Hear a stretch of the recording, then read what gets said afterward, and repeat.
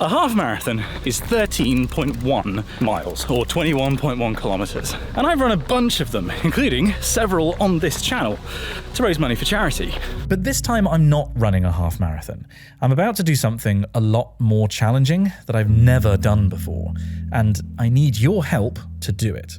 But before I tell you what I'm doing and how you can help, I need to tell you why I'm doing it. My dad. My dad was a serious runner. In fact, he ran the Bath Half Marathon to raise money for charity basically every year until his doctor begged him to stop. And this shouldn't have made any sense because he spent most of his life in the Royal Navy, and being on ship, that doesn't exactly provide ideal conditions for running, but whenever he got the opportunity to go on shore, he would go for a run and learn more about the local environment. It's something else that I've picked up from him, actually. I've tried to do the same whenever I visit somewhere new. My dad in many ways was the largest influence on me. He's where I got my love of the outdoors, of miniature hobbying, of fantasy like Tolkien. He was my hero. But in late November 2022, just a couple of months after I got married, he learned that he had a very slow-growing but large bowel cancer. In January 2023, he was hospitalized, and it turned out that his cancer had now grown rapidly.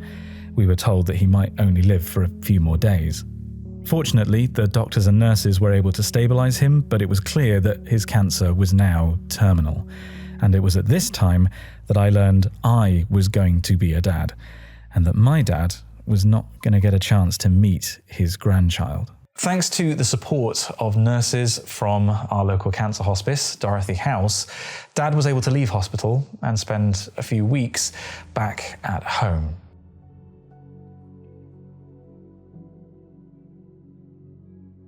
If I stop because of pain. Yeah, of course, that's absolutely fine. Don't worry. And please signal if you do. My name is Robert William Clark.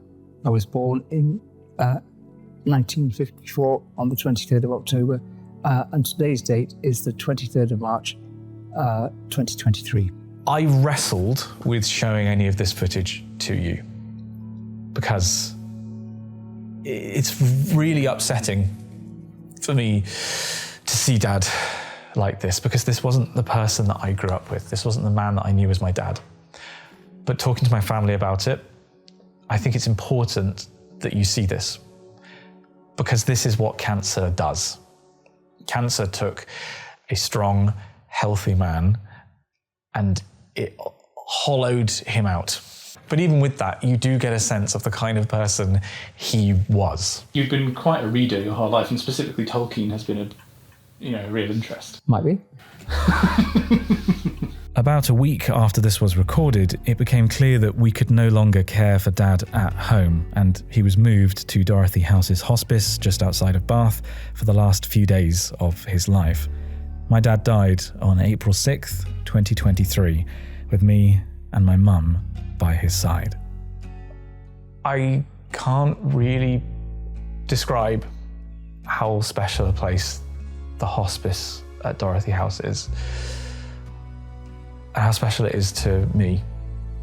I've never been anywhere like it. Last year we cared for over 4,000 patients and their families as well. The hospice is kind of the thing that people most know us for, is the building here. Patients come and stay with us for all sorts of reasons, be that kind of that final end of life care, but it could be something like getting symptoms under control, coming for a bit of respite, and we've got a sort of whole dedicated team of professionals here that deliver that care. It's a fantastic site. We're really lucky to be where we are, and people are quite joyous here, and I think that's the kind of misconception that people have about hospices and hospice care, is that it's kind of a sad, dark, quiet, lonely place, and it's not like that at all. And there's a lot of joy that happens here, and it's about bringing those kind of really important final moments to people when they need it most. And beyond the care that's offered in the hospice, 90% of the care Dorothy provides is in the local community. It's in people's homes. And they're extremely active, not just supporting patients, but also the families of patients. They weren't just there for my dad, they were there for my mum and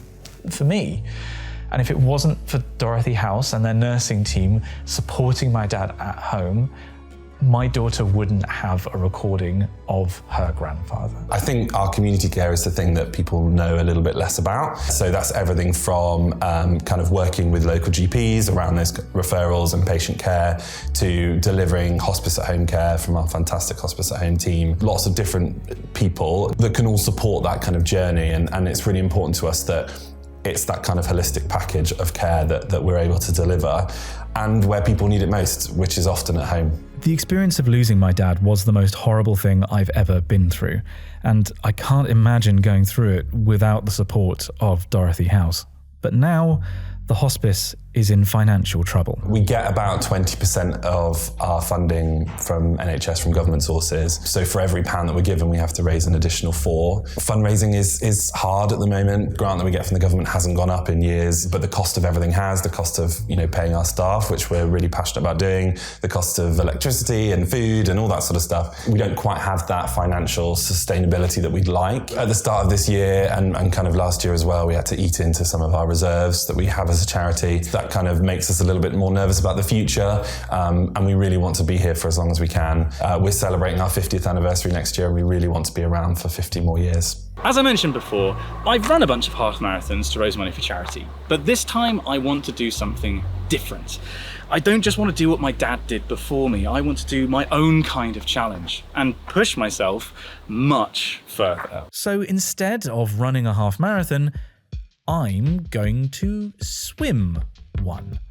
21.1 kilometers. To put this in perspective, swimming 10 kilometers is frequently compared to running a marathon. That's because you expend roughly the same number of calories doing both, and truly elite athletes in either discipline complete the distance in about 2 hours. Though, in an Ironman triathlon, you run a marathon but only swim 3.8 kilometers.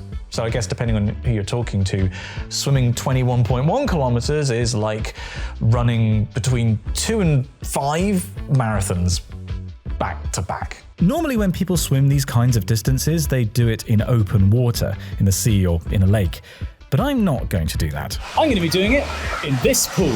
Bath Leisure Centre is where my dad took me swimming every weekend when I was a kid, and it's where I learned to love the water from him. I've loved swimming ever since, and long-term viewers may remember me doing it during the PhD. Bath Leisure Centre have very kindly given me access to a lane for an entire day on August the 7th to swim 844 lengths in. I've basically been training for this since my dad passed away, with a pretty sizable gap when my daughter was born. But for all of this year, I've been training intensely. And based on my pace in training, and this is coming off of a 12-kilometer swim yesterday, I think this will probably take about 8 hours of non-stop swimming. Well, pausing probably every hour-ish to take on like fluids and food and stuff, but otherwise, yeah, 8 hours of non-stop swimming. This is going to be the biggest physical challenge of my entire life. And I already know that by the end, it's gonna hurt a lot. And that, of course, is where you come in. If you would like to make all the pain worth it, you can donate to my fundraiser at simonswim.giving, linked down below in the description and in the QR code on screen. Donations to that fundraiser are going to Dorothy House so they can keep providing their services, keep providing care in our local area. But not everyone lives in our local area. So half the donations are going to Dorothy House, the other half are going to Cancer Research UK. I want to stop other families from going through the same experience that we did, losing my dad. And to make sure that those who do go through that experience, at least in our local area, can do so with the same support that we enjoyed and can face death with dignity. And if this swim means we improve cancer diagnosis and treatment enough for one more child to grow up knowing their grandparent or their parent, then it's all worth it. Who's that? Daddy. No, that's not Daddy. That's Daddy's daddy. That's Grandpa. Can you say Grandpa? That fundraising website, again, is simonswim.giving. And I'm sure I'm going to regret saying this, but if we reach our fundraiser goal of £5,000 before the swim, then I will live stream me getting my chest waxed. I've never had this happen before, but how painful can it be? I mean, there's a lot of friction going on here. If anything, you're helping me out. I want to finish this video by reading the final part of the eulogy I gave at my dad's funeral.